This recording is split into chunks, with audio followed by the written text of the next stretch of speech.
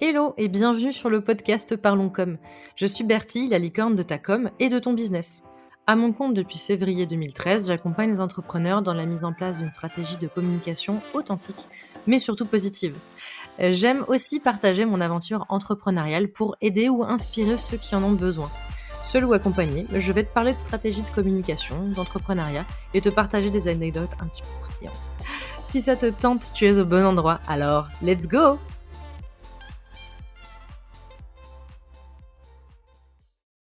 Bonjour à toi et bienvenue dans ce nouvel épisode. Aujourd'hui, je vais te parler d'une anecdote vraiment très originale et qui va me mettre une belle honte. Mais les personnes qui l'ont déjà entendue me disent à chaque fois qu'il faut absolument que je la raconte parce qu'au fond, c'est en fait une des choses les plus folles, on va dire, que j'ai fait pour un client et ce client n'est même pas au courant que j'ai fait ça. Alors je te préviens, là, l'anecdote, c'est vraiment une anecdote ultra perso, donc je vais te parler aussi de beaucoup de choses de ma vie perso autour. Et mon but, c'est justement de te donner tout le contexte pour que tu comprennes bien en quoi cette anecdote, elle est vraiment, un peu folle, on va dire. Donc ça va être un petit peu «long» entre guillemets pour la mise en situation. Ça sera très imagé dans mes paroles, mais c'est pour que tu comprennes bien.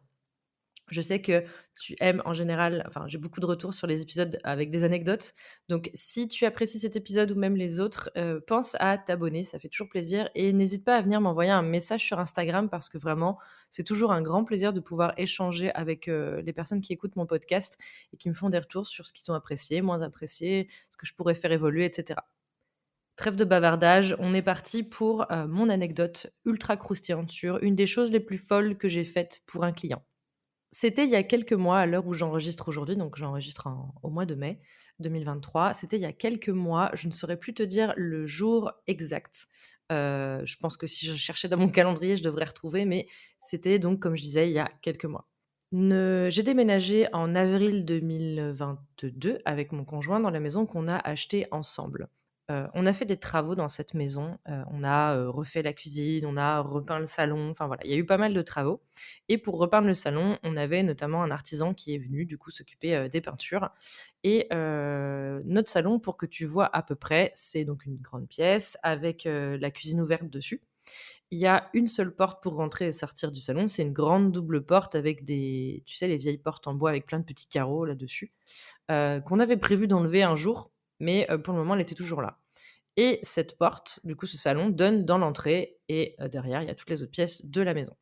Cette porte-là, depuis qu'on a acheté, elle ferme très mal, en fait et du coup, on laisse toujours le loquet déverrouillé, tu sais, pour que la porte puisse s'ouvrir, les 2 côtés, les 2 battants puissent s'ouvrir.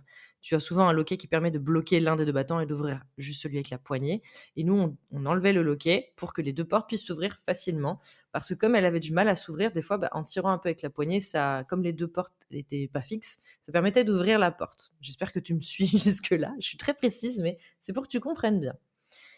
Vient le jour où le peintre a terminé justement de s'occuper du salon, donc c'était un matin, en fin de matinée et moi j'avais un rendez-vous client, je crois, 15-20 minutes après et donc bah, je vais voir l'artisan, on discute un tout petit peu, on fait le point pour savoir ce qui enfin voilà, les dernières retouches et cetera.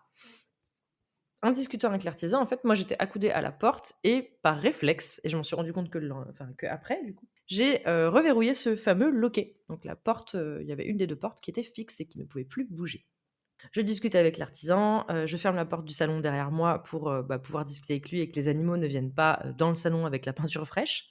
Il ressort par la baie qui donne, dehors directement vers notre entrée de maison et je ferme la baie derrière lui et là, je me retourne pour pouvoir aller justement à mon bureau, faire mon rendez-vous avec mon client et là, je me rends compte que, bah, j'ai fermé la porte du salon et que je ne peux plus l'ouvrir puisque l'autre porte étant bloquée, et la poignée étant, comme je te l'ai déjà dit, cassée, eh bien, je ne peux plus ouvrir la porte. Donc sur le moment, je commence à réfléchir, je me dis: «Bah, je peux peut-être passer par la baie et venir par la porte d'entrée». Sauf que moi qui suis assez maniaque et qui ai, grandi dans des grandes villes, enfin, j'ai fait mes études à Angers et à Paris, moi je ferme toujours toutes les portes de la maison, c'est un tic que j'ai et donc la porte d'entrée, évidemment, elle est fermée à clé. Toutes les portes de la maison sont fermées à clé, toutes les baies sont fermées et cetera. Donc même si j'arrive à sortir par l'extérieur, je peux pas re-rentrer dans la maison. Donc en fait, solution abordée, solution abandonnée, ça ne fonctionne pas. Hem Du coup, je commence à me poser des questions, je me dis: «Mais comment je vais faire?» Donc première solution, pas la plus intelligente, je tire sur la poignée comme une grosse bourrine. Donc je me dis: «On sait jamais, en tirant vraiment comme un bœuf, peut-être que la porte va bouger et que je vais réussir à ouvrir cette fameuse double porte». Je tire, je tire, je tire, mais vraiment j'y mets toutes mes forces. Et je vois que ça marche pas. Je me dis: «Bon, je vais prévenir mon client que je serai peut-être un peu en retard» et là, je me rends compte que comme j'étais juste venue discuter avec l'artisan et que j'avais pas prévu de rester dans ce salon coincé, je n'ai pas pris mon téléphone avec moi. Donc je n'ai pas de téléphone, je n'ai pas d'ordi, j'ai rien du tout pour prévenir personne, en fait. Donc je peux pas prévenir mon client que potentiellement, je vais être en retard à notre rendez-vous et ça, c'est un truc que je déteste, hein, que je supporte pas. Donc, et bien, je me dis: «Bah, tant pis, on va redoubler d'efforts et je vais essayer de vraiment ouvrir cette porte en tirant sur la poignée». Je tire, je tire, je tire et évidemment, arrive ce qui devait arriver, la poignée me reste dans les mains. Donc non seulement la porte ne s'ouvre pas, mais en plus, j'ai plus de moyen de l'ouvrir puisqu'il y a plus de poignée. Donc je suis un petit peu concon, devant ma porte en train de me dire: «Mais comment je vais faire, en fait? Comment je sors de ce salon? Est-ce que je suis condamnée à devoir attendre?» Donc il devait être, je sais pas, je crois il devait être, 10:30, 11:00. Est-ce que je suis condamnée à devoir attendre que mon conjoint rentre du travail vers 13:30, 14:00 et que je reste dans ce salon toute seule comme ça, avec les animaux qui me regardent de l'autre côté de la baie enfin de la porte vitrée, voilà. Donc je me dis: «Bah non, évidemment, je vais trouver une solution». Donc je regarde autour de moi et par chance, on est en travaux. Donc il y a des outils de travaux dans, le salon. Je vois un pied de biche. Bonheur, je vais pouvoir ouvrir la porte, évidemment, comme dans les films. Donc je commence à mettre le pied de biche entre les 2 portes pour réussir à ouvrir la porte. Donc je l'enfonce bien, je tire et cetera. Enfin je fais, le pied de biche. Et en fait, bah, la problématique qui se pose, c'est que, peut-être que dans les films ça marche, peut-être que je n'ai pas la bonne technique, mais clairement, bah, j'ai pas réussi à ouvrir la porte avec le pied de biche et c'était pas un petit pied de biche, hein, c'était vraiment un gros, gros pied de biche prêté par mon beau-père. Enfin voilà, il était vraiment, vraiment balèze et donc beh, là, je me dis: «Beh, ça marche pas en fait, ça marche que dans les films». Donc j'ai essayé même de soulever la porte avec le pied de biche en me disant que si j'arrive à la sortir de ses gonds et cetera, mais franchement, j'y arrivais pas. Donc j'étais vraiment comme une idiote. Donc à ce moment-là, je me dis: «Beh, la seule chose que je peux faire, c'est casser un des carreaux, pour pouvoir réussir à passer ma main et ouvrir la porte de l'autre côté avec l'autre poignet». En plus, alors c'est très drôle parce qu'on est sur un podcast et en même temps que je t'explique ça, je fais les gestes où je passe la main et j'essaie d'ouvrir la poignée, mais tu ne le vois pas, donc bref. Donc beh, je prends le pied de biche et je commence à taper sur le carreau et bah, c'est résistant un carreau en fait, mine de rien. Donc je tape dessus vraiment fort, j'arrive à le casser en petits morceaux et j'essaie de vraiment bien tout casser pour pas non plus me trancher la main en passant à travers le petit carreau. Et de l'autre côté, en fait, j'ai mon chien qui me regarde et j'essaie de lui faire comprendre qu'il doit s'éloigner parce que j'ai tellement peur qu'il se prenne un bout de verre, enfin et cetera et je vois l'heure qui tourne et je me dis: «Mais comment je vais faire en fait pour, pour mon client?» Enfin, c'est horrible, puis je peux pas le prévenir. Donc j'arrive enfin à passer la main, j'arrive à ouvrir la porte, je nettoie en catastrophe les bouts de verre qui restent que j'arrive à trouver. Je retourne dans le bureau pour faire mon appel client, j'enferme avec moi les animaux. Je préviens mon client que du coup les animaux sont avec moi, pendant la visio parce que j'avais trop peur qu'ils aillent dans l'entrée, et que j'ai oublié un bout de verre, qu'ils marchent dessus, qu'ils essaient de l'avaler ou que sais-je encore et donc j'ai réussi à être à l'heure à mon rendez-vous et mon client n'a jamais su pourquoi, bah, les animaux étaient restés avec moi pendant le rendez-vous. Et en gros, si je dois résumer en une phrase, beh, j'ai pété une vitre pour pouvoir, bah, faire un rendez-vous client. Une vitre de chez moi en plus, hein, de ma propre maison. Donc voilà et si tu veux, la fin de cette anecdote qui est quand même assez drôle, je trouve, c'est que 3 semaines plus tard, je pars en formation à La Roche-sur-Yon. Donc c'était en fin novembre, début décembre. Donc tu vois, ça a dû se passer vers octobre-novembre, cette histoire-là. Je pars en formation à La Roche-sur-Yon avec une cliente que j'apprécie et cetera. On s'entendait super bien et tout. Je commence la formation, enfin je conduis déjà, quasiment 1 heure et demie, 2 heures de route. On commence la formation et cetera et vient la pause, café du matin pour faire une petite pause pour elle. On va à la machine à café et là, en marchant, j'ai une douleur hyper aiguë dans le pied, mais vraiment une douleur en mode, j'ai un nerf qui a cassé, il y a une veine qui a pété, il y a quelque chose qui va pas du tout, je comprends pas. Mais que quand j'appuie. Bon, donc je boitille un petit peu et cetera, on continue la formation. Le midi, je vais me chercher à manger, et donc je vais chercher mon sandwich et cetera et je me dis: «Mais c'est pas possible que j'ai mal comme ça, il y a quelque chose qui ne va pas». Je rentre dans ma voiture avec mon sandwich, j'enlève ma chaussure, parce que je me dis: «C'est pas possible, il y a quelque chose qui va pas». je vois ma chaussette pleine de sang. Mais qu'est-ce qui se passe? Je comprends pas, en fait, ce qui se passe vraiment. Dans ma tête, c'était une douleur de: j'ai un nerf qui a sauté ou qui a lâché. C'était vraiment cette sensation-là, en fait.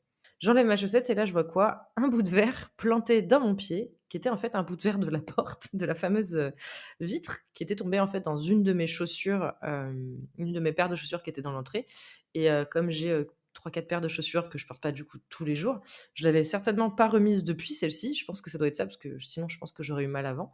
Je l'avais pas remise depuis et c'est le jour où je l'ai remise et ça m'a pas fait mal tout de suite puisque j'ai réussi à conduire et cetera toute la matinée avec et autres et c'est en fait à un moment, ça le bout de verre a dû bouger et se repositionner et là ça m'a vraiment fait super mal au pied mais au moins ça m'a rassurée parce que j'ai enlevé le bout de verre de mon pied.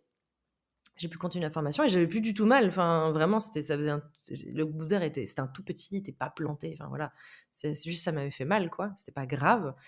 Et du coup, j'avais envoyé un message à mon conjoint dans la matinée en mode oui, je comprends pas, j'ai super mal au pied, ça me fait peur, j'espère que j'ai pas un problème, etc. Et après, je lui ai renvoyé un message en mode c'est bon, j'ai plus mal au pied, je t'expliquerai. Il me fait bon, d'accord. Et le soir, quand je suis rentrée, que je lui ai expliqué, il s'est bien moqué de moi, à me dire mais t'as paniqué en mode t'as un nerf qui est parti, ça va pas du tout. Et en fait, c'était un mini bout de verre que j'avais sous le pied qui datait de la fois où j'ai dû casser la vitre de chez moi pour assister à mon rendez-vous client. Voilà, c'était, cette anecdote donc hésite pas à venir me dire toi, c'est quoi la chose la plus folle que tu as fait pour un client? Là, c'était vraiment la chose la plus folle à titre «personnel» entre guillemets, hein, c'était pas en termes de compétences, de service ou autre. Mais là, j'avoue que celle-ci, elle était quand même, assez drôle, je trouve. Avec du recul, elle m'a fait beaucoup rire. Sur le moment, ça me faisait pas rire, je t'avoue. Mais avec du recul, elle me fait énormément rire et j'aime bien la raconter et en plus, je suis plus ou moins obligée de la raconter, régulièrement enfin «régulièrement» entre guillemets parce que dès que quelqu'un vient chez nous, ces 2 portes, elles sont encore là parce qu'on n'a pas fini certains travaux, donc pour le moment, elles sont encore là et du coup, il y a toujours un carreau qui est complètement scotché et une poignée d'un côté de la porte qui n'est plus là et les gens me demandent régulièrement quand ils viennent: «Mais il s'est passé quoi? Vous avez cassé un carreau?» et cetera. Et du coup, bah, je raconte cette anecdote et en général, bah, ça fait bien sourire. On a bien de quoi se moquer de moi, gentiment. Donc voilà. Donc je t'attends en commentaire, je t'attends sur Instagram ou autre. Viens me dire justement, c'est quoi l'anecdote la plus folle que tu as faite pour un client ou la situation la plus improbable dans laquelle tu t'es retrouvé, pour un client? J'ai trop envie de savoir ça aussi. Enfin voilà, j'ai envie qu'on partage, nos moments de de loose un petit peu, là-dessus donc n'hésite pas, je serais ravie, de t'entendre parler de ça. Merci d'avoir écouté cet épisode. S'il t'a plu, laisse-moi une note et un commentaire sur ta plateforme de podcast préférée. S'il y a des sujets que tu aimerais que j'aborde, viens m'en parler sur Instagram @lostinweb ou alors par mail contact @lostin-web.fr. Je te mets toutes les infos dans la description. À très bientôt pour un nouvel épisode.